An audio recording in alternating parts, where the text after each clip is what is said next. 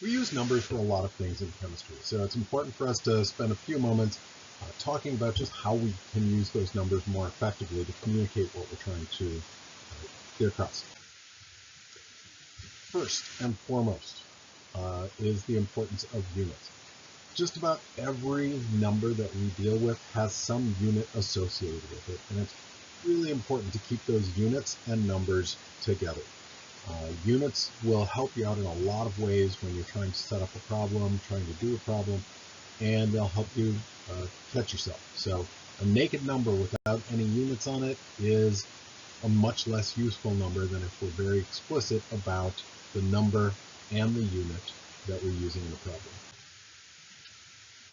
One set of units we will be using a lot are SI units, the International System of Units.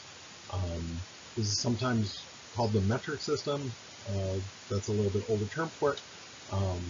But these are the typical liters, grams, meters type of units that we've used for some time. One of the nice things about SI units is that they've got a system of prefixes that let us take that base unit and modify its size. So we've got grams, but that's not always useful if we're dealing with very tiny things or very large things. So if we've got a length here like 0.000183 meters, lots of zeros. Hard to communicate those effectively and quickly. But if we change that to micrometers, 18.3 communicates our information much more clearly and clearly. There's a nice list of metric prefixes, SI prefixes in your book. These are some of the most common ones, some of the more common ones that we're going to run into.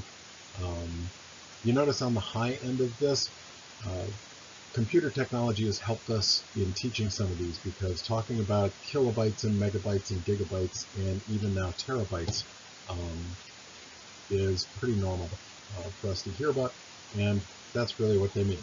Kilo, mega, giga, tera, those are all factors of 1,000.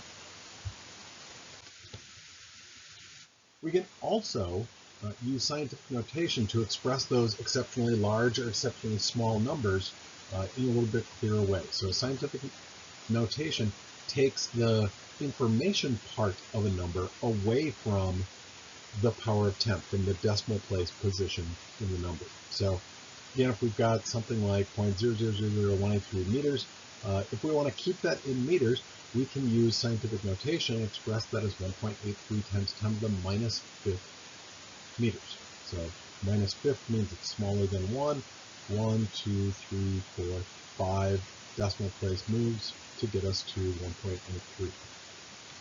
One quick note about proper scientific notation: the number part is always somewhere between 1 and less than 10. So this 1.83, there's only one digit in front of, there's one and only one digit in front of the decimal place, and however many we need after the decimal place. So something like 18.3 times 10 to the negative 6 meters. To be fair, this communicates information fairly clearly, but in proper scientific notation, we always want to move that decimal place so that there's just one number in front of it. We're going to be using these a lot. You're going to have lots of opportunity to explore these and get comfortable with them. So good luck and get working on those problems.